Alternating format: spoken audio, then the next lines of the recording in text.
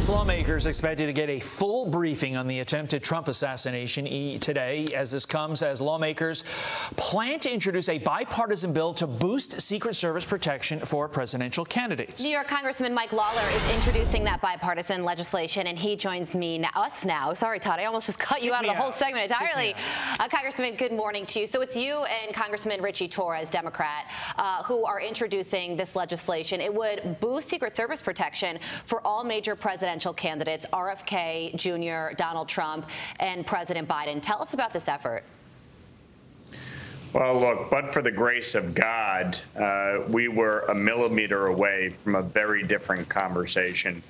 And thankfully, Donald Trump survived this assassination attempt. Our elections should be determined by votes at the ballot box, not by violence at a rally.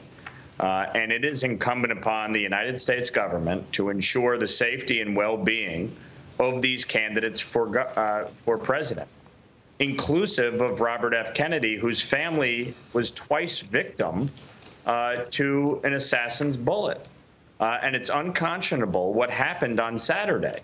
And I think the Secret Service needs to ensure the safety of these candidates, regardless of the outcome in November, or regardless of whether or not they think somebody is viable.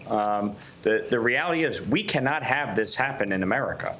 And so it is critically important that we move expeditiously. And if the president isn't going to, automatically make this happen, then we need to pass legislation to ensure that all of these candidates have enhanced security. President Trump's security detail is nowhere near what it was while he was president of the United States. And obviously, there are significant questions that are being raised and need to be answered, including how an assassin would get on a rooftop with a clear line of sight to the former president and be able to get a shot off. I mean, it is absolutely outrageous what happened on Saturday, and there needs to be a full investigation and accountability for it, because this never, ever should have happened.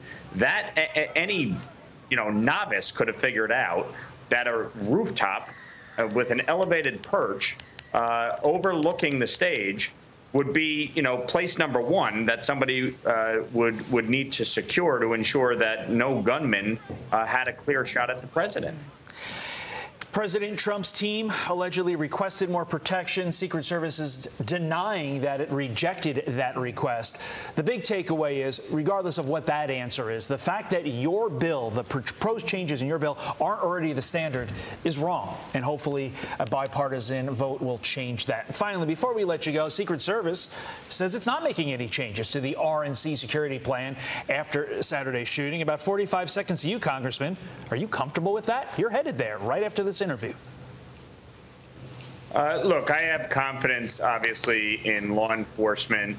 They do a phenomenal job day in, day out, protecting our communities. I know this has been 18 months in the work. Obviously, all precaution should be taken. Frankly, I don't think they should be telegraphing any changes they may make. And I think, obviously, they should be reevaluating after Saturday's incident to make sure that they have beefed up security, expanded the zone, and to make sure, obviously, that there are no possibilities of an incident occurring. Yeah. So obviously, I don't think they should be telegraphing what they're doing, but certainly I would hope that based on what occurred on Saturday, that they would reevaluate everything and make sure that all precaution is taken. Maybe making some changes behind the scenes, but they are displaying confidence that they have everything under control. The direct quote from one of the officials that spoke at the press conference yesterday was, "We got this," and we sure hope they do.